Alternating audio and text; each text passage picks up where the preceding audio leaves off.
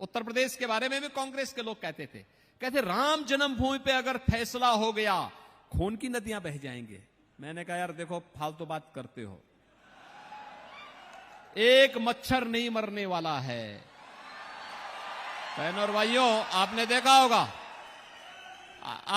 होगा 25 करोड़ की आबादी का उत्तर प्रदेश, जिस दिन राम जन्मभूमि का फैसला हुआ और जिस दिन रामलला के मंदिर का शिलान्यास प्रधानमंत्री जी के कर कमलों से हुआ और जिस दिन प्राण प्रतिष्ठा का कार्यक्रम हुआ, उत्तर प्रदेश के इतिहास का सबसे शांतिपूर्ण और सबसे उल्लास का दिन रहा होगा।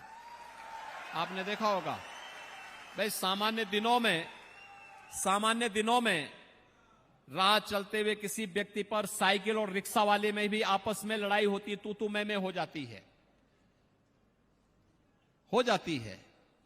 तेजी के साथ कोई मोटरसाइकिल से चल रहा है, कोई बाइक से चल रहा है, कोई कार से चल रहा है, आमने सामने, फिर भी एक दूसरे से मुठभेड़ हो जाती है। ये 3 तिथियां ऐसी हैं जहां पर कहीं कोई विवाद नहीं, उत्साह और उमंग का माहौल था और उत्तर प्रदेश में पूरी तरह शांति थी। तब मैंने कांग्रेसियों से कहा, मैंने कहा तुम तो कहते थे खून की नदियां बहेंगी, खून की नहीं, रंगों की होली खेली जा रही है। होली ये उत्सव है, ये उमंग का अवसर है। भारतवासी आज से नहीं, सनातन काल से, आदि काल से इन पर्वों को मनाता आया है। और बहनों और भाइयों, ये कांग्रेस के लोग ऐसे ही कहते थे, ये अपमानित करते थे, हर संभव प्रयास करते थे भारत और भारतीयता को अपमानित किया जाए, भारत की सनातन परंपरा को अपमानित किया जाए। और इन्होंने तो, एक कांग्रेसी लोग है ना, इन्होंने तो कहा था, हिंदू आतंकवाद शब्द भी तो इन्होंने ही दिया था। मोदी जी के नेतृत्व में एनडीए केवल सपने नहीं, हकीकत बुनते हैं और इसीलिए लोग बार बार मोदी को चुनते हैं, इसीलिए चुनते हैं। इस सपने दिखाने का काम तो वे लोग बोलते थे, ये सपने दिखाने का काम तो एक कांग्रेसी करते थे। दादी ने 1970 में नारा दिया था, गरीबी हटाओ का, पोता भी तोते की तरह आज वही डट रहा है कि गरीबी हटा देंगे। एक पत्रकार ने पूछा कैसे हटाएंगे, तो कहता एक झटके में हटा देंगे। तो कहा एक झटके में कैसे? उसने कहा मैं प्रत्येक नागरिक की संपत्ति का सर्वे करूंगा। और फिर उनके सलाहकार सेम पित्रोदा ने अपने नाम के अनुरूप कांग्रेस के सामने समस्या खड़ी कर दी और क्या कहा हम विरासत टैक्स लगा देंगे।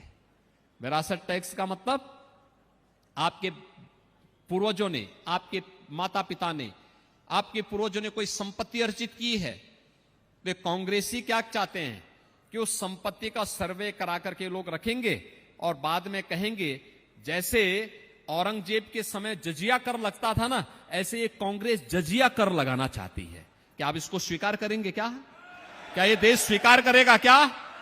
अरे मुगलों की औलादें तो वर्तमान में रिक्शा चलाने का काम कर रही हैं और ये लोग जजिया कर वसूली करेंगे भारत से। ये लोग भारत से जजिया कर वसूली करेंगे। एक कांग्रेस ने कह दिया हम विरासत टैक्स लेंगे। भारत ये विरासत टैक्स स्वीकार नहीं करेगा। भारत तो ये नया भारत है, ये टैक्स नहीं, अपनी जनता के लिए गरीब कल्याणकारी योजनाओं को लेके आता है।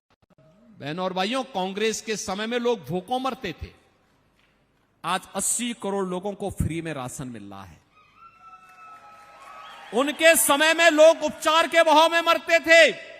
मोदी जी 60 करोड़ लोगों को 5 लाख रुपए की आयुष्मान भारत की योजना दे रहे हैं। उनके समय में कांग्रेस के हर नेता, हर दलाल का कमीशन तय होता था गरीब की योजनाओं पे। मोदी जी ने उनकी कमीशन बंद कर दी क्योंकि हर गरीब का जनधन अकाउंट खुल गया है, पैसा सीधे मुंबई से या दिल्ली से गरीब के अकाउंट में आ जाता है। उनके समय में किसान आत्महत्या करता था, मोदी जी ने हर किसान को किसान सम्मान निधि दे दिया है। 12 करोड़ किसान किसान सम्मान निधि का लाभ प्राप्त कर रहे हैं। उनके समय में नारी गरिमा का सम्मान नहीं था, आज तो हर घर में शौचालय है और 10 करोड़ परिवारों को फ्री में एलपीजी के कनेक्शन भी दे दिए गए। 4 करोड़ गरीबों को मकान दे दिए गए। और मोदी जी ने कहा है जितने भी परिवार बाकी बचे हैं अगले 5 वर्ष में उन सबको भी एक एक आवास उपलब्ध करवाएंगे। हर घर नल की योजना भी पूरा करेंगे।